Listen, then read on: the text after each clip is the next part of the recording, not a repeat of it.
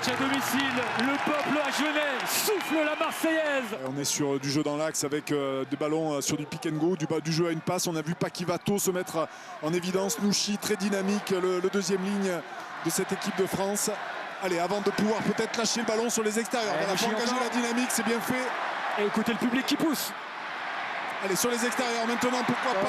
Oh, bien joué, super. Là, il faut donner Mathuron. L'équipe de France est magnifique. Le jeu, le passe. Et à la finition, le petit arrière de poche Brivis, Mathis Ferté qui marque cet essai. Mais voilà, quand ils arrivent à exploiter les ballons, Olivier, ils sont irrésistibles, nos petits bleus. Et qu'est-ce que l'on aime. Il en manquait, il n'en fallait pas plus pour faire chavirer Armandi qui ne demandait que ça. Une petite étincelle. Maintenant, on connaît la capacité de résistance à cette équipe de France qui se fait emporter. Non, qui résiste déjà sur un ballon porté. Désaxé un peu par le 15 du Chardon. Qui va venir attaquer dans l'axe là, se faufiler, marquer un premier essai. Et oui, ils ont bien fait de prendre la touche puisque c'est un premier essai. C'est Rudy Brown, le troisième lignel de cette équipe qui arrive à... Alors lui, c'est le céréal marqueur. 4 essais depuis le début du tournoi. Rudy Brown, c'est l'homme qui marque à chaque rencontre. Touche réduite encore. Pour Pierre Jouvin, local, magnifique. Capilla. Kogazzotti, Mathiron. Il est passé, Mathiron, il va y aller. Il va mettre les 4, Mathiron, il met les 4. Il va dans la but magnifique. Hop, combinaison superbe des Bleus. Et petit numéro d'Arthur Mathiron. Et évidemment, c'est le numéro 13 de Philippe Sella qui marquage. Et là, Gazzotti, lui, de toute façon, il ne recule jamais. Donc ça continue d'avancer pour les Bleus, c'est parfait. Capilla, Kos qui va allonger, il a bien vu, bien sorti ce ballon. C'est bien fait. Ferté, retour intérieur. Et pour le copain Carbonneau, quelle démonstration! L'équipe de France, 3 essais. Et magnifique encore une fois, de l'inspiration, du talent, du timing. Ces Bleus nous font rêver. Ouais, ils ont des pattes derrière. C'est encore une fois un très très bon travail effectué par l'ensemble de l'équipe. Et les Français, là, par l'exemple de Rost, ont bien exploité. Les ballons portés, la puissance des avants français qui peut faire la différence. Allez, c'est parti, Capilla qui a capté ce ballon et on y va. L'épreuve de force, elle est là. Voilà, quand on vous parle de sport, de combat collectif, les liaisons, le collectif, 8 contre 8, on va pousser très fort. Essayer de maîtriser le ballon. Regardez, il est là, le ballon des Français. Ouais, bonne défense des Écossais. Paquivato pour remettre de l'avancée. Attention, il est tout seul. Ouais. Pas faire de faute là, sur le soutien offensif. Rester sur ses appuis. Les petites extra-passes là qui permet aux Français encore de gagner quelques mètres avec Gazzotti.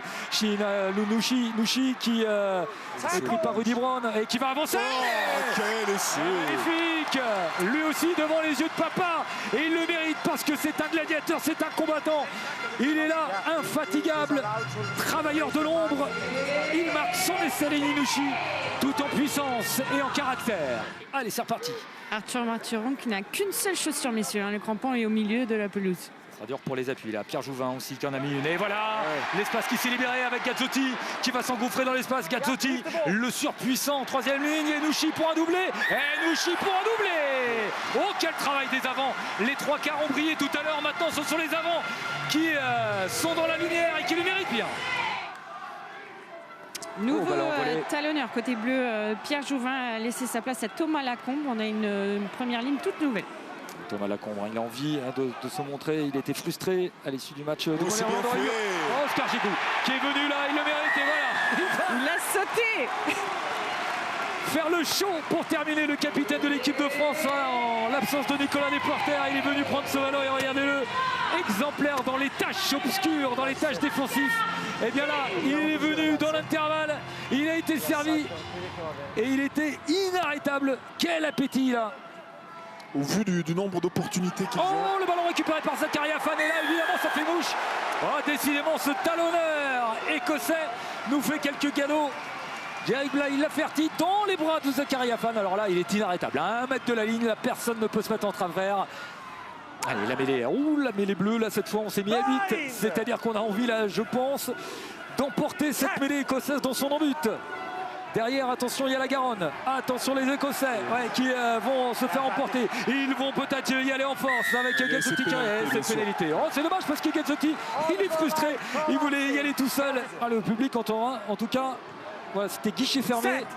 Comme on dit, ils en ont pour l'argent. Là, en venant voir cette équipe de France U20, il y a eu un gros spectacle ce soir. Et la mêlée française, là, qui va terminer le travail. Léo Carbonneau pour écarter. celle d'Esperès. Paul Coste, la petite passe au pied peut-être pour Léo Drouet. On rappelle les Français sont à 14, donc voilà, il y a aussi un joueur en moins pour finir ce match et on va en rester là. 54-12. Victoire impressionnante de cette équipe de France face à l'Écosse. Victoire sans appel. La France reste toujours invaincue face aux Écossais et peut toujours espérer remporter